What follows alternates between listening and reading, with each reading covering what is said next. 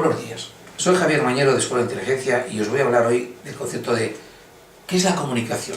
Esa cosa que realmente hablamos por ahí. Muchas veces la comunicación la perdemos porque ponemos paredes entre nosotros y los demás. Y yo digo que la comunicación es como un puente, que si yo trazo un puente con respecto al otro, habrá comunicación. Por lo tanto, ¿qué es comunicación?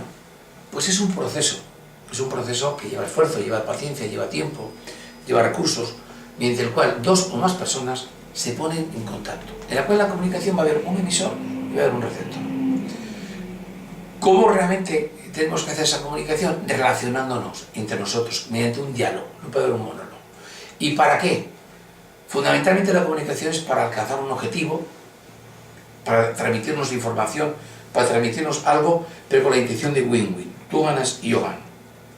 Si no lo hacemos así, la comunicación al final no es una comunicación efectiva. ¿Para qué sirve la comunicación? Una cosa muy importante, para mejorar las relaciones. Pues el ser humano no podemos pasar sin afecto, sin cariño. Otra, para conocer al otro. Otra, para conocernos nosotros. Otra, para automotivarnos. Otra, para aprender. Hay veces que la comunicación es muy necesaria para el aprendizaje y también para el cambio. Por lo tanto, la comunicación hemos hablado de dos elementos. Está por un lado el emisor y el receptor. El emisor, cuando yo hablo ahora con vosotros, vosotros estáis recibiendo unas palabras. Estas palabras es el mensaje. Eso es el mensaje verbal, que lo recibís vosotros. Luego está el emisor, utiliza un canal visual, auditivo, kinestésico. En este momento estoy utilizando mucho el modelo auditivo, ¿de acuerdo? El tema visual, pues estáis viendo realmente mis gestos. Y kinestésico, está el tema de la voz. El código, pues el código que empleo es un lenguaje no verbal. Muevo las manos, muevo la cabeza, me expreso. Y luego en un contexto está la conducta y la voz. Entonces, por lo tanto es importante la comunicación, la voz, es importante el lenguaje no verbal, es importante qué canales utilizo yo de comunicación con el público que tengo enfrente, si visual, auditivo, kinestésico, y luego qué palabras utilizo.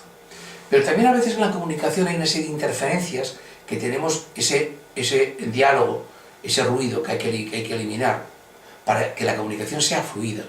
Y también es muy importante en la comunicación el feedback, esa retroalimentación que me viene muy bien. Por lo tanto, el grado de la comunicación, ¿qué importancia tiene? Muchas veces nos preocupa que cuando nos comunicamos que vamos a hacer miedo al ridículo. Y fijaros, el lenguaje no verbal tiene una incidencia en el receptor del 50%. Según yo me mueva, según yo gesticule, el 50%. La voz, un 43%. Y las palabras que yo os digo, un 7%. Por lo tanto, muchas veces nos jugamos el 93% el lenguaje no verbal y en la voz. ¿Y qué sería la comunicación? Vamos a ver, la comunicación, si ahora cogemos la comunicación y la rompiéramos en dos trozos, por lo está común y luego I, E y C de comunica y acción. Común tiene que ver la empatía. ¿Cómo puedo yo llegar a comunicarme contigo? Pues intentando ponerme en los zapatos tuyos, empatizando. Es importante que esté, muy importante en ese caso, esté sobre todo abierto, tenga esa capacidad de escucharte, de ver con qué intención yo hablo y con qué intención vas tú, de la O de la observación. Y luego de la U, es la EU de la empatía, es la humildad, que es muy importante, la humanidad. Bien, por lo tanto es muy importante, digamos, como hemos dicho, la empatía. Y luego hablaremos de esa inteligencia colectiva, de ese rollo que hay por medio que a veces entorpece una buena comunicación.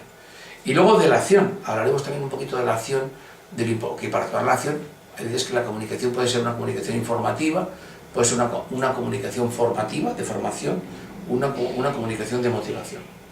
Bien, por lo tanto, ¿cuáles son las bases de una comunicación efectiva? Pues lo primero es saber ponernos los zapatos de los demás.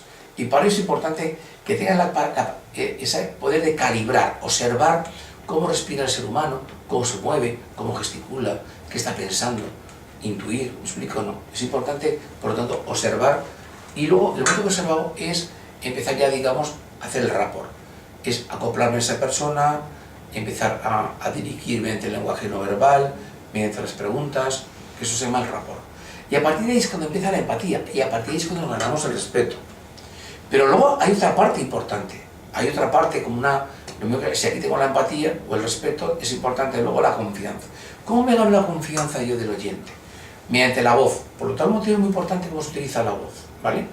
Mediante gestionar yo las emociones, los sentimientos míos, las emociones del público, los sentimientos del público. Y luego, cuando realmente yo esté comunicándome, tienes una intención asertiva y sistémica. Asertiva es con ese respeto hacia los demás y hacia mí, de que llegue bien el mensaje, que ese mensaje ayude a un montón de gente. Cuando ya consigo yo en la comunicación ese respeto a través de la calibración y el rapport, esa confianza a través de gestionar las emociones y, digamos, la voz y la asertividad, es cuando empiezo a sentirme yo seguro, es cuando empiezo a dar seguridad al público, que es importante. Bien, ¿qué más? Hablamos, recordáis un poco que la comunicación es importante a las emociones. La emoción del miedo se utiliza mucho en la comunicación y en la motivación. La emoción de la tristeza, la emoción del enfado, la emoción del asco, la emoción de la sorpresa, la emoción de la alegría. Entonces, ¿qué pasa con las emociones? Que cuando las emociones no las sabemos utilizar desgraciadamente de forma adecuada, a veces en la comunicación el miedo puede acabar en pánico. Y creo yo el pánico, o el tristeza en la apatía, o el enfado en la ira, cuando me comunico, o el asco en la repugnancia, o la sorpresa puede acabar en bloqueo, o la alegría en falsa euforia. O luego una cantidad de caras emocionales que yo empiezo a comunicarme con dolor, con rechazo, con vergüenza, con impotencia o con otras más cosas. ¿Qué tenemos que hacer entonces cuando aparecen esas cargas emocionales en la comunicación? Rápidamente, la sugerencia es desahogaros. Primero hay que vomitar, como yo digo, el cuerpo humano tiene que vomitar. Me explico lo que necesitaba, y el alma igual, y la mente igual. Entonces, ¿qué tengo que hacer yo? Pues respirar atentamente. Es una forma de empezar un poquito a vomitar, ¿no? Si realmente puedo tener un impasse de un segundo, de unos minutos, pues hago, por ejemplo, actividades, por ejemplo, por ejemplo, por dar una caminata, leer algo, escribir rápidamente, tirarlo, escuchar música, estar en silencio, llorar, ¿por qué no? Algunas de las actividades que rápidamente me pueden ayudar para esa comunicación. Y después viene bien desahogarnos con alguien, vomitar con alguien lo que yo he sentido, pero no con esa gente, con el público, no con esa gente que le tengo que comentar algo. Y después, cuando yo he desinflado mi globo, me explico, ya cuando empiezo a leer las emociones, ¿cómo lo voy a utilizar para la comunicación? Me explico. Y esas emociones para la comunicación, por ejemplo, si es el miedo es una emoción que se utiliza muy bien en la comunicación para despertar los sentidos de las personas, para que empiecen a escuchar, para que empiecen a ver, para que empiecen a sentir. El miedo es una de las emociones que se utiliza para despertar los recursos de las personas en la comunicación, para darles una estrategia. Hablemos de la tristeza. La tristeza es una emoción que se utiliza en la comunicación para acompañar en los cambios, para acompañar en los duelos. El enfado es una emoción que se utiliza mucho en comunicación y motivación para ayudar a que se entusiasme, a que se motive, a que se marque una disciplina. El asco, para disociarse, para ser tolerante o para ser intolerante en algunos momentos.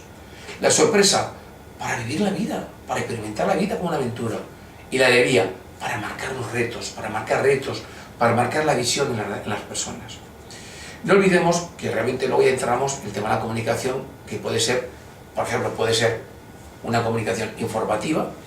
Entonces, la comunicación informativa o formativa o motivante o persuasiva. ¿Qué es informativa? Pues habrá que utilizar, sobre todo nos tiene que inquietar cuando hacemos una comunicación informativa, ocupar mucho de que la gente esté atenta y que lo comprenda. Y esto, de retener muy poquito, no hace falta, es informativa.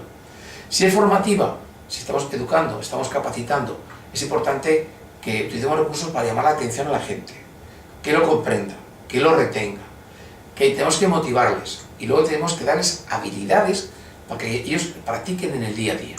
Y si es motivante o persuasiva, es importante un poquito que estén atentos, un poquito que lo comprendan y sobre todo tenemos que echar motivación, ilusión y sobre todo a que ellos llevan a la acción, recursos hacia la acción. Y señoras y señores, yo me quedo con una frase y es que la comunicación efectiva es el 20%, lo que sabes es lo que sabes. Y el 80%, ¿cómo sientes tú con respecto a lo que sabes? Por lo tanto, ese sentimiento a lo que sabemos es un 80% en la comunicación y ese saber nada más es un 20% en la comunicación. Muchas gracias y os deseo un feliz día y que adelante con la comunicación, que es la base de la confianza y el respeto. Para cualquier cosa, nos tenéis en www.escuelainteligencia.com o en info@escuelainteligencia.com. Buenos días.